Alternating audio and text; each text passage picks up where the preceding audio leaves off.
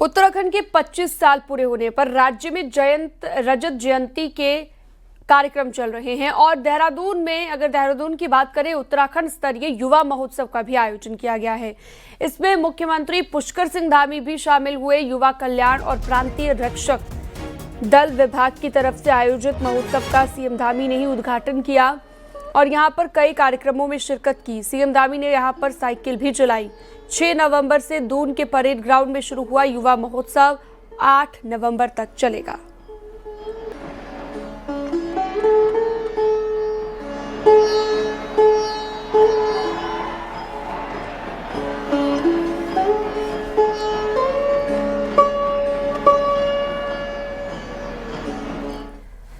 हल्द्वानी में राज्य स्थापना की रजत जयंती पर पूर्व सैनिकों के सम्मान का कार्यक्रम हुआ, जिसमें सीएम पुष्कर सिंह धामी ने पूर्व सैनिकों को सम्मानित किया। इस दौरान सीएम धामी ने कहा कि वीर शहीदों की बदौलत ही देश सुरक्षित है।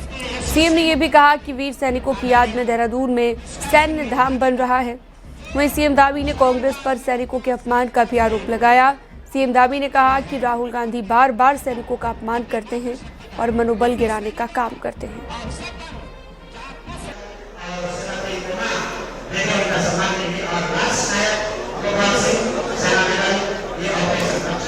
जब हमारी सेना अपनी शौर्य गाथाओं से देश का गौरव बढ़ा रही है, तब कुछ लोग ऐसे बयान दे रहे हैं जो हमारे जवानों के मनोबल को ठेस पहुंचाते हैं, हमारी संवैधानिक संस्थाओं के मनोबल को गिराने का काम करते हैं। कल ही एक पार्टी के शहजादे के द्वारा, एक पार्टी के युवराज के द्वारा सेना पर दिया गया कलुषित और दुर्भाग्यपूर्ण बयान न केवल देश के वीर जवानों का अपमान है, बल्कि राष्ट्र की अस्मिता पर भी गहरा आघात है। देश के अंदर ये लोग आज भी अस्थिरता फैलाना चाहते हैं। भाइयों बहनों, ऐसे शब्दों से उन्होंने स्वयं ये सिद्ध कर दिया है कि वे भारत तेरे टुकड़े टुकड़े होंगे इंशाअल्लाह इंशाअल्लाह गैंग के मुखिया हैं। ऐसे लोगों के संरक्षक हैं, ऐसे लोगों के संवर्धित करने वाले हैं, ऐसे लोगों को पोषित करने वाले हैं, ऐसे लोगों को प्रोत्साहित करने वाले हैं जो देश विरोधी एजेंडा चलाते हैं। हल्द्वानी में सैनिक सम्मान कार्यक्रम में सीएम पुष्कर सिंह धामी शामिल हुए। इस दौरान सीएम पुष्कर सिंह धामी को उनके पिता का चित्र भेंट किया गया। वहीं सीएम धामी ने कहा कि पिताजी की फोटो भेंट की गई तो हृदय भावनाओं से भर उठा। सीएम धामी ने कहा कि उन सभी वीर सैनिकों को नमन करता हूं जिन्होंने राष्ट्र सेवा को अपने जीवन का ध्येय बनाया। पावन कर दो, पुष्पांजलि सा बना दो मुझे, ये जीवन विधाता ने मुझको दिया, जो वतन पर मिटाने का हक हो मुझे, वतन पर मिटाने का हक हो मुझे। ये सुप्ति चरितार्थ होती है ऐसे सैनिक पुत्र से जिन्होंने सेना के जज्बा को। उत्तराखंड की स्थायी राजधानी का मुद्दा एक बार फिर से गरमाने लगा है। 3 दिन तक चलने वाले विधानसभा के विशेष सत्र में ये मसला छाया रहा। अब सियासी गलियारों में बयानबाजी का दौर तेज हो गया है। इस बीच पूर्व मुख्यमंत्री भगत सिंह कोश्यारी का बयान सामने आया। उन्होंने कहा कि राजधानी 6 महीने गैरसैंण और 6 महीने देहरादून से चले तो मामला सुलझ सकता है। मेरी योजना थी, जब मैं मुख्यमंत्री था तो मैंने हर डिस्ट्रिक्ट में ये जो डायरेक्टरेट्स हैं इनको मैंने कहा अलग अलग डिस्ट्रिक्ट में होना चाहिए। ये जगह डायरेक्टरेट खोल दिए होते, कुछ सचिवालय के कुछ अंग वहाँ खोल दिए होते, आज समस्या ही नहीं होती। अब तक गैरसैंण में जाने कितने ही डायरेक्टरेट खुल गए होते। श्रीनगर जम्मू चल सकती है 6 महीना वहाँ, 6 महीना वहाँ। बम्बई नागपुर चल सकती है, तो आखिर उत्तराखंड में क्यों नहीं चल सकती है? वहाँ धीरे धीरे इतना भव्य दिव्य विधान भवन बन गया है, तो आप 6 महीना वहां चलाइए।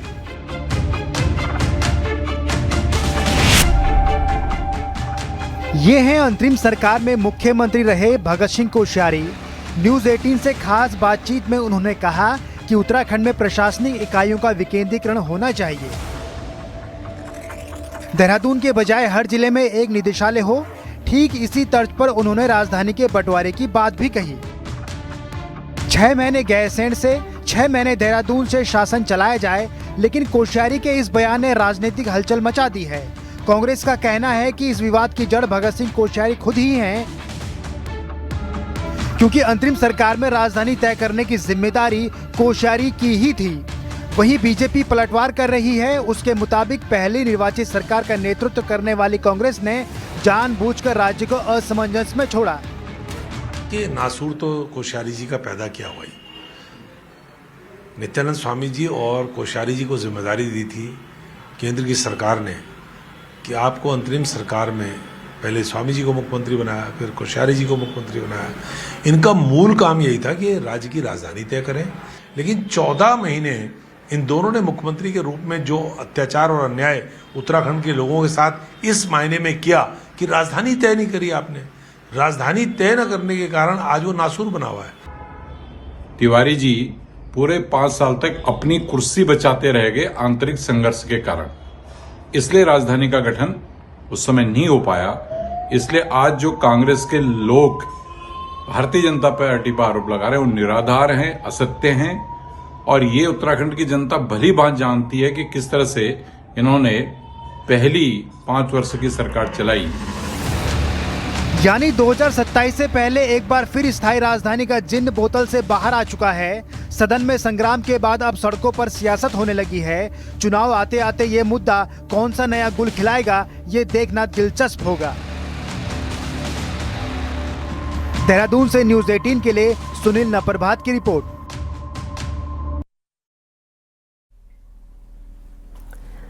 रामनगर में सीएम धामी ने बिहार में बीजेपी की बम्पर जीत का दावा किया है। सीएम धामी ने कहा कि डबल इंजन की सरकार में तेजी से विकास हो रहा है।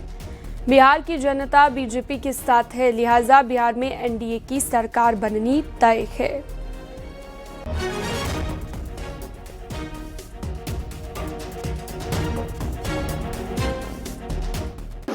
बिहार की जनता भी, क्योंकि वहाँ महिलाओं के लिए हो, नौजवानों के रोजगार के अवसर हो, उद्योग धंधे हो, सुशासन हो, सभी काम आगे बढ़े। बिहार की जनता उस काम को अनवरत रूप से आगे बढ़ाएगी और बड़े बहुमत की वहाँ पर एनडीए की सरकार मोदी जी के नेतृत्व में बनेगी। बीजेपी में शामिल हुए कांग्रेस के नेताओं को अब पार्टी में अपनी जगह तलाशनी पड़ रही है। कुछ खुद को नजरअंदाज महसूस कर रहे हैं तो कुछ जनता से जुड़ने के लिए खुद ही पहल कर रहे हैं। देखिए देहरादून से भारती सकलानी की ये खास रिपोर्ट।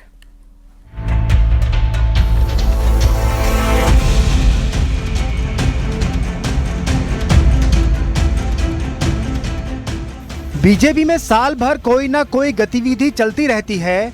पार्टी के नेता भी मानते हैं कि यहाँ कोई कार्यकर्ता खाली नहीं बैठता, लेकिन कांग्रेस छोड़कर बीच आए कुछ नेताओं को अब काम की तलाश करनी पड़ रही है। वो खुद मानते हैं कि जनता के बीच अपनी उपस्थिति दर्ज कराना जरूरी है। कुछ जागरूकता अभियान चला रहे हैं तो कुछ खुद को पार्टी से पूरी तरह से नजरअंदाज बता रहे हैं।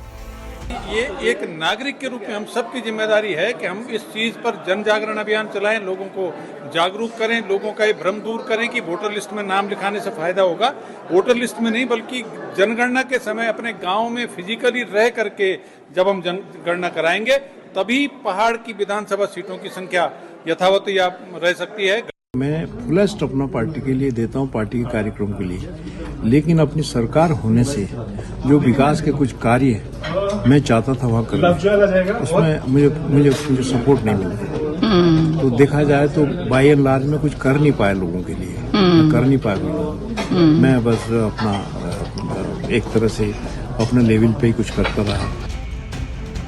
इस पूरे घटनाक्रम पर कांग्रेस ने चुटकी लेते हुए याद दिलाया कि कैसे पहले कुर्सी न मिलने पर नेता नाराज हो जाते थे, अब वही नेता बीजेपी में काम की तलाश में हैं।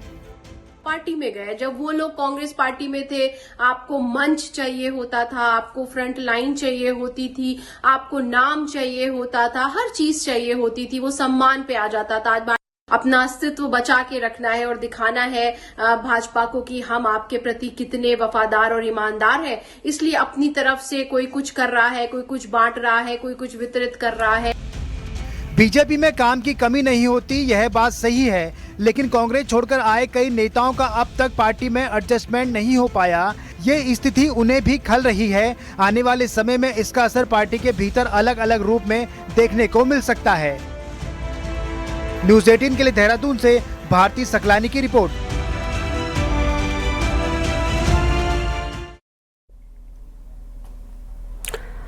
और अगली खबर है देहरादून से। यहाँ पर गुरुवार को शिक्षा विभाग के प्राइमरी शिक्षा के निदेशक अजय नौटियाल की एक महिला पत्रकार के साथ झड़प हो गई। मामला शिक्षा विभाग के बाहर DLD प्रशिक्षु के धरने से जुड़ा हुआ है, जिसको लेकर सभी प्रदर्शनकारी शिक्षा निदेशालय पर पहुंच गए। निदेशालय में पहुंचने के बाद निदेशक अजय नौटियाल का कहना है कि उन्होंने 4-5 लोगों को अपने ऑफिस में आने की बात कही, लेकिन तभी एक साथ बहुत सारे लोग उनके कैबिन में घुस आए, हंगामा करने लगे। महिला पत्रकार जब रिकॉर्डिंग करने लगी तो अधिकारी ने रिकॉर्ड करने से मना कर दिया। बस इसी बात को लेकर हंगामा हुआ और महिला पत्रकार और अजय नौटियाल के बीच आपस में विवाद हुआ, बहस हुई, उलझते हुए दोनों नजर आए। इसका पूरा वीडियो भी आपके सामने।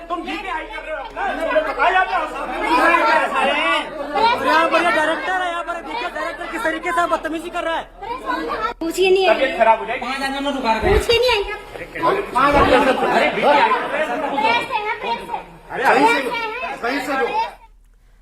पिथौरागढ़ में general BC Joshi RB public school के प्रिंसिपल को लेकर उठा विवाद अब थमने का नाम नहीं ले रहा है। सेना के अधिकारी, स्कूल प्रबंधन, जिला प्रशासन और जनप्रतिनिधियों की DM ऑफिस में मीटिंग हुई, लेकिन कोई ठोस नतीजा नहीं निकला। ऐसे में जनप्रतिनिधियों ने स्कूल प्रबंधन को 15 दिन का वक्त दिया, जिसके बाद आंदोलन की चेतावनी दी गई। APS के प्रिंसिपल के खिलाफ स्कूल में तैनात दर्जनों महिला कर्मचारियों ने यौन उत्पीड़न का आरोप लगाया।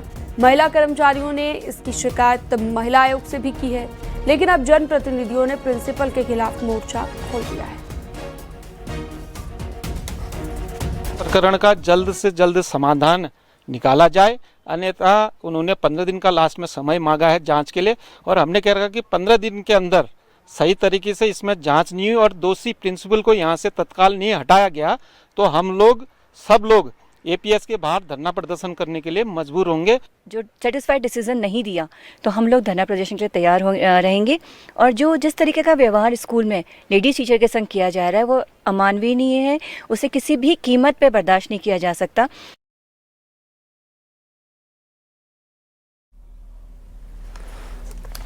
कोटद्वार की नीलकंठ कॉलोनी में अतिक्रमण हटाने पहुंची नगर निगम की टीम और स्थानीय लोगों के बीच जमकर मारपीट हो गई। दरअसल कॉलोनी में हुए अतिक्रमण को हटाने के लिए लगातार अनाउंस किया जा रहा था, जिसके बाद ज्यादातर लोगों ने अपना अतिक्रमण खुद ही हटा लिया था, लेकिन कुछ लोगों के द्वारा अतिक्रमण नहीं हटाया गया, जिसकी वजह से नगर निगम की टीम अतिक्रमण हटाने पहुंची और इसी दौरान कहासुनी होने के बाद निगम की टीम के साथ स्थानीय महिलाओं ने मारपीट शुरू कर दी।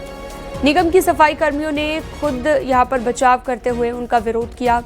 बताया जा रहा है कि इस मामले में सरकारी काम में बाधा डालने वालों के खिलाफ कोतवाली में तहरीर दी गई है। साथ ही नीलकंठ कॉलोनी निवासी एक महिला ने भी निगम कर्मचारियों पर मारपीट का मुकदमा दर्ज कराया है। जेसीबी मत चलाओ, इसे तोड़ो, तुम छेनी है तोड़ी, तुम नहीं तोड़ोगे तो हम तोड़वाएंगे, परंतु तीसरी बार जेसीबी नहीं चलेगा। फोड़ करने के लिए आ रहे हैं, बिल्कुल नहीं, ना इनको नोटिस दिया गया, ना मेरे को जानकारी दी गई कि हाँ जेसीबी लाके रैम का तोड़ रहे हैं। और ये पहले इन्होंने 3 फीट का करवाया था और उसके बाद इन्होंने 3 फीट के बाद ही और तोड़ के रख दिया इन्होंने।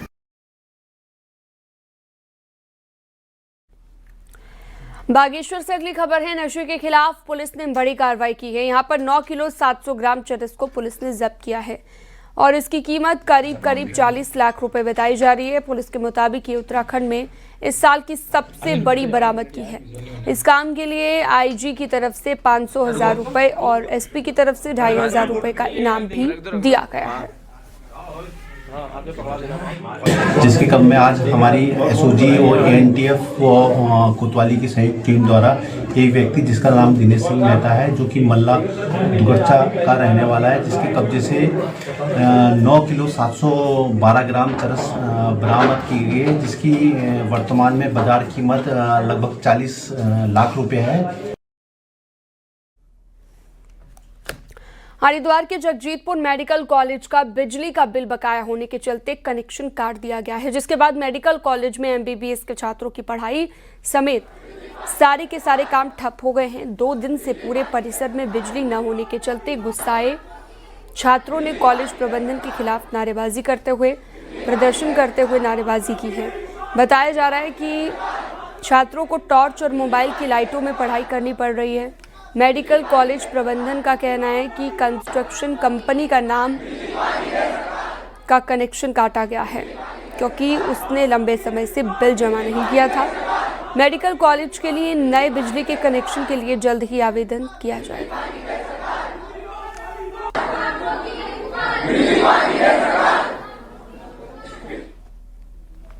उत्तराखंड में नकली दवाइयों का जाल अब खतरनाक लेवल पर पहुंच गया है। इसकी चपेट में सिर्फ उत्तराखंड ही नहीं बल्कि देश के बड़े 6 राज्य आ चुके हैं। एक रिपोर्ट आपको दिखाते हैं।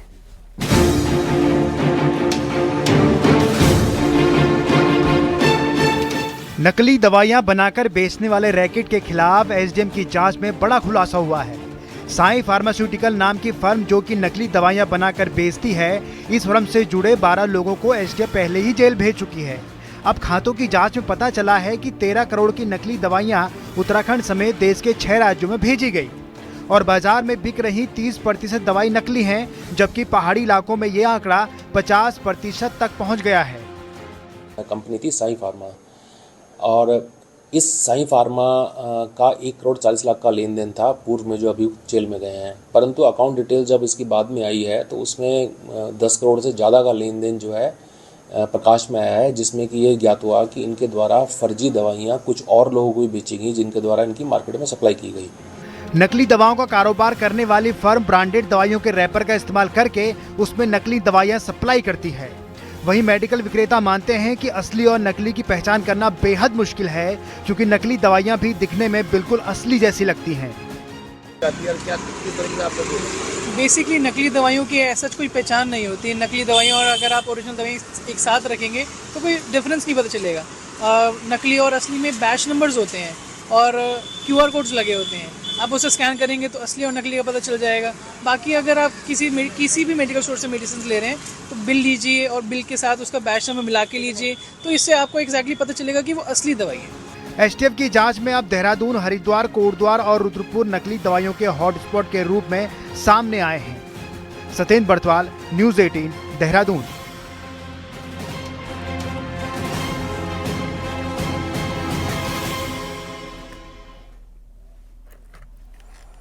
अल्मोड़ा के चौखुटिया में आमरण अनशन लगातार जारी है। स्वास्थ्य सेवाओं को बेहतर बनाने की मांग को लेकर 1 महीने से अनशन चल रहा है। वहीं आंदोलनकारी पदयात्रा करके देहरादून तक भी गए और सीएम धामी से भी मुलाकात की, लेकिन कोई समाधान नहीं निकला। वहीं आंदोलनकारियों का कहना है कि मांग पूरी नहीं होने तक उनका आमरण अनशन जारी रहेगा। वो मंजूर था, लट्ठे मारते, डंडे मारते, वो मंजूर था। आगे बढ़ते हैं। 2017 के कॉर्बेट टाइगर सफारी मामले में अब उत्तराखंड सूचना आयोग की भी एंट्री हो गई है। टाइगर सफारी केस में इस मामले में आयोग ने वन एवं पर्यावरण अनुभाग के लोक सूचना अधिकारी को सूचना देने में जानबूझकर हीला हवाली करने का दोषी पाते हुए कड़ी चेतावनी दी है और 1 हफ्ते के भीतर अपीलकर्ता को सूचना देने के आदेश दिए हैं। अपीलकर्ता हैं कॉर्बेट के तत्कालीन डायरेक्टर राहुल, जिन्हें 2022 और 2025 में चार्जशीट दी गई थी। राहुल ने आरटीआई के जरिए पूछा था कि 2022 की चार्जशीट पर अब तक क्या कार्रवाई हुई, लेकिन सूचना अधिकारी ने गलत आधार पर सूचना देने से इनकार कर दिया। राज्य सूचना आयुक्त योगेश भट्टी कोर्ट में लोक सूचना अधिकारी कोई ठोस कारण या फिर लिखित आदेश नहीं दिखा सके, जिस पर आयोग ने उन्हें कड़ी चेतावनी देते हुए कहा कि 7 दिन के अंदर संबंधित सूचना मुहैया कराई जाए।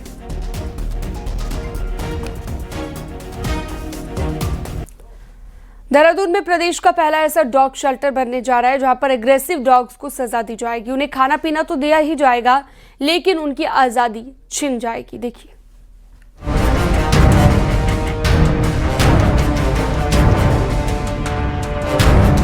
देहरादून नगर निगम अब उन स्ट्रीट डॉग्स पर लगाम कसने जा रहा है जो शहर में लोगों पर हमला करते हैं या जिनका व्यवहार आक्रामक हो गया है।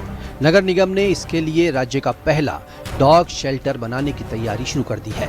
देहरादून के शंकरपुर में बनने वाले इस शेल्टर का काम जल्द शुरू होने जा रहा है। फीडिंग स्पॉट्स और अब शेल्टर को लेकर भी इन दोनों के अनुपालन के लिए तैयारी की जा रही है और नगर निगम के द्वारा ऑलरेडी फीडिंग स्पॉट्स को आइडेंटिफाई करते हुए चिन्हीकरण किया जा चुका है। शेल्टर को लेकर जो अभी निर्देश प्राप्त हुए हैं उस क्रम में भी वरिष्ठ पशु चिकित्सा अधिकारी और जो पशु चिकित्सा विभाग की टीम है नगर निगम की, वो तुरंत मौके पर आइडेंटिफिकेशन कर रही है कि कितना हमें क्या क्या व्यवस्थाएं देनी होंगी। उन व्यवस्थाओं के अनुरूप इसको जल्दी धरातल पर उतारा जाएगा। यानी अब इंसानों की तरह डॉग्स को भी सजा मिलेगी। डॉग्स इन शेल्टर में रहेंगे जहां भोजन पानी मिलेगा, लेकिन उनकी घूमने फिरने की आज़ादी छिन जाएगी। इन डॉग्स को शेल्टर में तब तक रखा जाएगा जब तक उनका व्यवहार सामान्य नहीं हो जाता। सजा से पहले डॉग की पूरी जांच होगी, बिना जांच के उन्हें नहीं रखा जाएगा। नगर निगम की एक स्पेशल कमेटी डॉग्स के व्यवहार की जांच करेगी और फिर उसकी सिफारिश के बाद डॉग्स को शेल्टर भेजा जाएगा। वही डॉग्स रखने चाहिए जो कि बहुत फेरोशियस हों, बहुत ज़्यादा जो काटने वाले हों, और उसको भी जो हमारी टीम पहले जांचे कि क्या वो वास्तविक में फेरोशियस हैं, क्या वो वास्तविक में पब्लिक प्लेस पे रहने लायक नहीं है। उसके लिए SPCA है, उसके लिए हमारे ब्रीडर्स हैं, उसके लिए हमारी NGOs हैं, उसके लिए हमारे पशुपालन विभाग हैं, हमारा नगर निगम है। सभी लोग संयुक्त रूप से इस पर एक चर्चा करें, हम लोग उस पर किसी निष्कर्ष पे पहुंचेंगे, तभी वो डॉग शेल्टर भी हमारा अच्छे से वर्कआउट करे। तो अब देहरादून में डॉग्स को भी रूल बुक वाला ट्रीटमेंट मिलने जा रहा है, जहां भौंकने की आज़ादी तो नहीं होगी, लेकिन सुधरने की गारंटी जरूर होगी। न्यूज़ 18 के लिए देहरादून से सत्येंद्र बरतवाल की रिपोर्ट।